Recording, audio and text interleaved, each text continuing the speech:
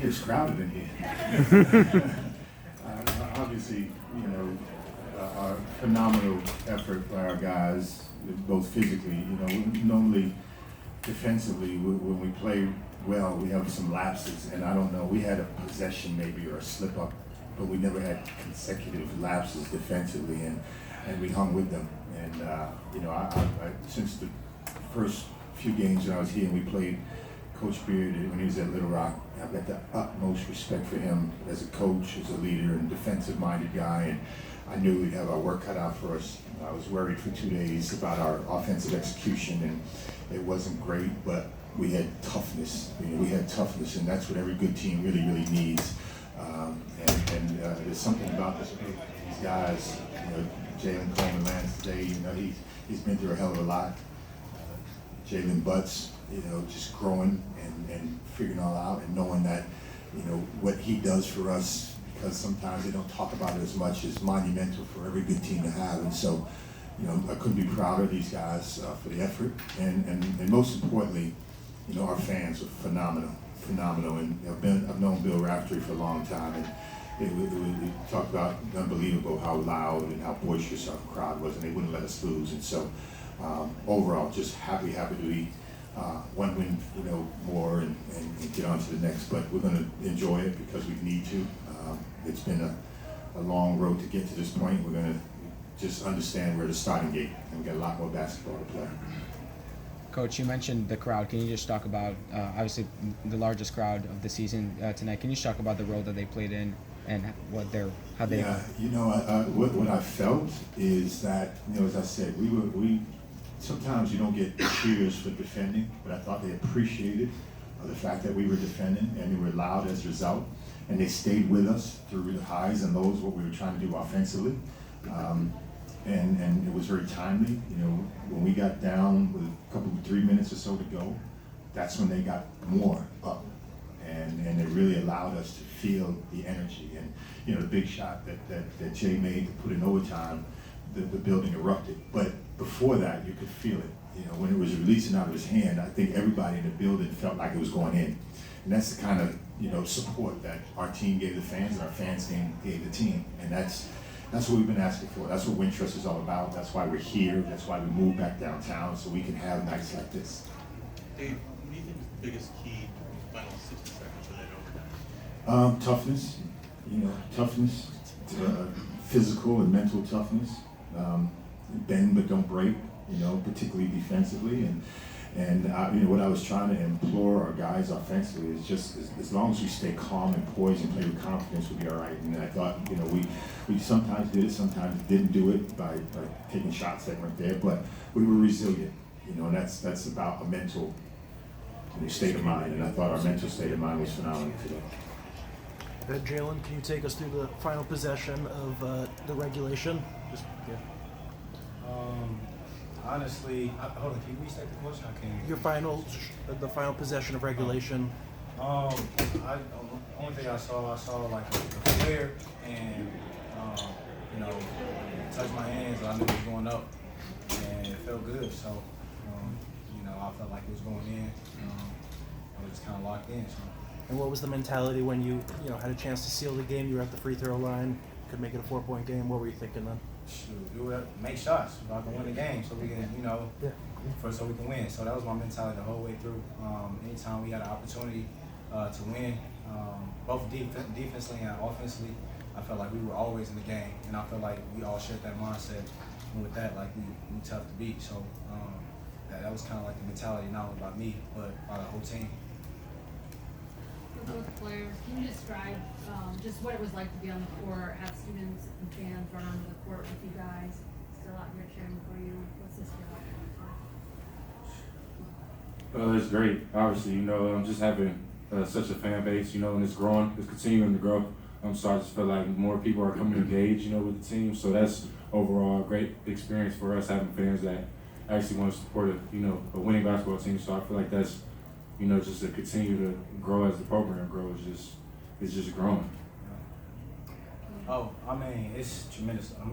Even with DePaul being a small knit community, or family-knit, tight-knit community.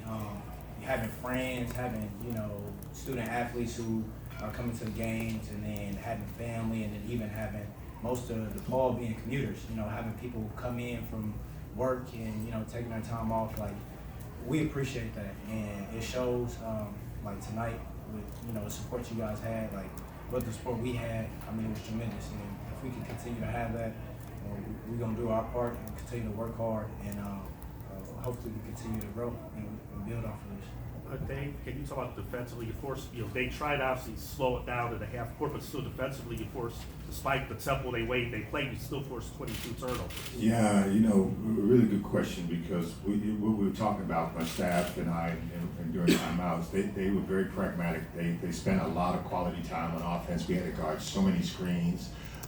They were, 6, 7, 8 passes per possession to look for good shots, and we didn't fold. We were there for most every possession. That hands were in face. We protected the paint. We got out on shooters, and eventually I thought, especially late, they wore them down. We could get those steals and then run to offense. And so, I go back to as I said to people that I've asked, that somewhere about a month ago, probably a little more now, that we decided as a group, as a team, that defense was going to be our mantra, and they bought into it, and we're really good at it right now. And we've talked about in years gone by where we haven't gone to the 3-point line, and the paint has been vulnerable, and we do a really good job in both areas. But collectively, as a group, the 5 guys on the floor, the guys on the bench, understand what's important, and they've been able to execute it. And tonight they did a tremendous job against a team that really made you guard. The athletes can comment, or Coach, you could comment, but you were down by 6 with like 3 minutes to go in regulation. You came back to tie it. Excuse me. You had a 3-minute scoring lapse in overtime. You came back and won it. In the past, you might not have been able to do that. Mm-hmm. We're trying to exercise the demons of the past. We talked about it against Central Michigan. In the past, we couldn't come down for 18 and come back so quick. And there's a lot of things that we're trying to be that we haven't been. And each night out, we get an opportunity to erase those things that may have been part of our team or this program years gone by. And so we like to think it's a brand new start, a brand new era. It's taken us a lot to get to this point. And so we're just going to continue to try to get better. I think part of it comes with great fan support, and we got that tonight. We've gotten that all along, and it's a testament, and I don't want to get overly philosophical, but it's a testament to when you want to do something, do it right. It takes good people doing good things, great patience and understanding. If you put good people in place and you allow them time to nurture. My good friend told me, you bloom where you planted, and we planted some seeds. We have been planting them, and now we're starting to see the bloom.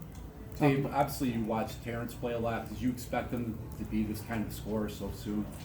We knew it's a really neat story, and a guy that was right around the corner at Lincoln Park High School and relatively unknown until really late in his senior year, and tremendous athlete. Both football and basketball, but his spirit for the game is really good. Obviously, we knew there was going to be a personal challenge because he wanted to come back home and show who he is. And it wasn't just tonight; he's been doing it all year for them. And I'm not surprised, and that's why we chased him as hard as we chased him. You mentioned before about the process and wanting to be patient and let things play out. How big was it to take that next step? Obviously, there's more steps to take for tonight to beat a team like Texas Tech, who's in the NCAA Final Four. Yeah, steps are, and again, my wife will kill me for this, but I said it the other day where, I'm not ready to judge the food we're eating while we're on a journey to get to the restaurant. And so, I'll look at that in its entirety when it's time to. Right now, we went from 8 wins to 9 wins. We played a really high-quality team. Obviously, they've got national championship level experience. We got a tremendous coach, and so it was going to be a tough task to come in here and win, and we did that. And so we'll grow from that, but it doesn't mean anything more you know, we got to play Sunday, and if we're not successful Sunday, what does today mean? And so that's where I have to think. That's the message I got to give to these guys, and that's how we all have to understand it. For either player, during that timeout and halftime, what flipped for you guys? What changed? Timeout. I'm sorry, overtime. Sorry, overtime. I mean, really after we made that shot, it was like, this is us. Like we're gonna win. There was no if, ands, or buts. We were determined. So that was kind of our mentality. Hey, Coach, another 40 plus minute night for Charlie Moore. He didn't have his best shooting performance, but he was still making plays. Yeah, you know, we can't keep doing it, obviously. You know, 43 minutes today plus, and he had to run around like nobody's business on defense. You know, and so I thought, yeah, I'm telling us that we gotta give him a break. Gotta give him a break. We gotta ride him. We gotta ride him. And he's at his best when his best is needed. In late game, you know, the kind of plays he made, get the ball to the guys and finding people and stealing the ball and making free throws is what he's given our program a ton of thus far. And, you know, I think, yeah, obviously really happy to have him. But again, on a night where he, you know, shot 2 for 15, it was the guys and doing what they do that really made up for that.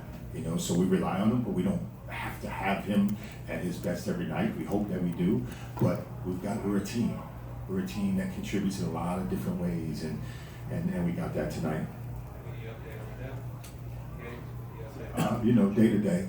You know, he's been working out, so we're still trying to, you know, physically get him where he needs to be. Jalen, you had so many injury setbacks throughout your college career. Tonight you hit so many big shots. What did it feel like to have that moment that you waited so long for?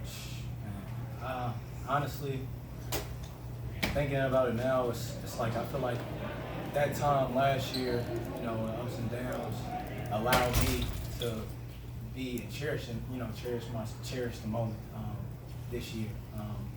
Not just this game, but every game. I feel like I wouldn't be the person or the player I am today without, you know, the trials and tribulations I went through the past year and the previous year. So I'm grateful for him, and it's made me a better player and a better man. So. Any other questions? All right, thank you. Thank you. See you Sunday.